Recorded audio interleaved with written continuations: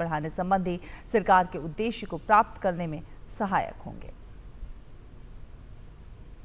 केंद्रीय उपभोक्ता मामले, खाद्य एवं सार्वजनिक वितरण मंत्री प्रहलाद जोशी ने नई दिल्ली में डिपो दर्पण, अन्न मित्र और अन्य सहायता ऐप लॉन्च किए।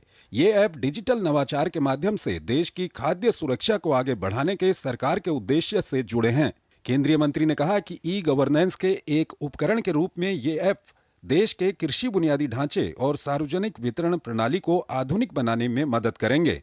उन्होंने ये भी कहा कि ये ऐप बढ़ी हुई दक्षता, सेवा गुणवत्ता, बुनियादी ढांचे और परिचालन दक्षता को बढ़ावा देंगे। ये ऐप नवीनतम तकनीक के माध्यम से पारदर्शिता और जवाबदेही की सुविधा भी प्रदान करेंगे। प्रधानमंत्री जी के नेतृत्व में जो भी हमारे पास टेक्नोलॉजी उपलब्धता है वो उपयोग करके हमारा जो पंक्ति में अंत में जो खड़े हुए हैं वो व्यक्ति को सरकार का जो वेलफेयर योजना का लाभ है वो पहुंचाना है, ये हमारा सोच है। डिपो दर्पण मोबाइल ऐप पर्यवेक्षी अधिकारियों को किसी भी समय कहीं भी गोदाम के प्रदर्शन को ट्रैक करने की अनुमति देगा, जिससे बेहतर निर्णय लेने में सहायता मिलेगी। ये स्मार्ट वेयरहाउसिंग तकनीकों, सीसीटीवी निगरानी और सेंसर के साथ एकीकृत है। दूसरी ओर अन्न सहायता ऐप अपनी तरह का पहला वॉइस और मैसेज शिकायत प्लेटफॉर्म है, जो नागरिकों को वास्तविक समय ट्रैकिंग और फीडबैक के साथ अपनी स्थानीय भाषाओं में शिकायत दर्ज करने की सुविधा भी देगा। इसके अलावा अन्न मित्र एफडीएस डीलरों, खाद्य निरीक्षकों, जिला अधिकारियों आदि के लिए राशन वितरण के लिए वास्तविक समय कमांड सेंटर के रूप में कार्य करेगा। ये मासिक बिक्री, निरीक्षण रिपोर्ट और सरकारी अपडेट के बारे में भी जानकारी प्रदान करेगा।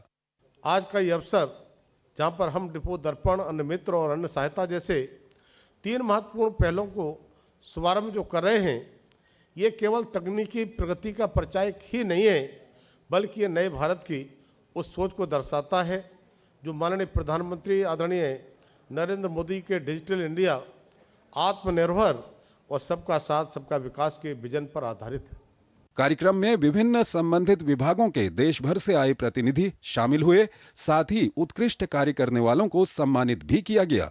देश में अनाज का बम्पर उत्पादन होता है, लेकिन इसका भंडारण एक बड़ी समस्या होती है और बहुत बड़ी मात्रा में कई बार अनाज खराब होता है। सरकार की कोशिश है कि अनाज का एक दाना भी बर्बाद ना हो और इसके लिए तमाम स्तर पर प्रयास किए जा रहे हैं। तकनीक का उपयोग करके अब भंडारण से लेकर वितरण तक की पूरी व्यवस्था को पारदर्शी बनाने के साथ साथ और सुरक्षित और मजबूत किया जा रहा है। कैमरामैन आनंद कश्यप के साथ अजीत द्विवेदी, डीडी न्यूज, दिल्ली। और बात करें मौसम की, तो मौसम विभाग ने मुंबई और कोंकण क्षेत्र में अगले 4 दिन तक गरज के साथ तेज आंधी बारिश का येलो अलर्ट जारी किया है। महाराष्ट्र के रत्नागिरी, सिंधुदुर्ग में मध्यम से भारी वर्षा हो सकती है।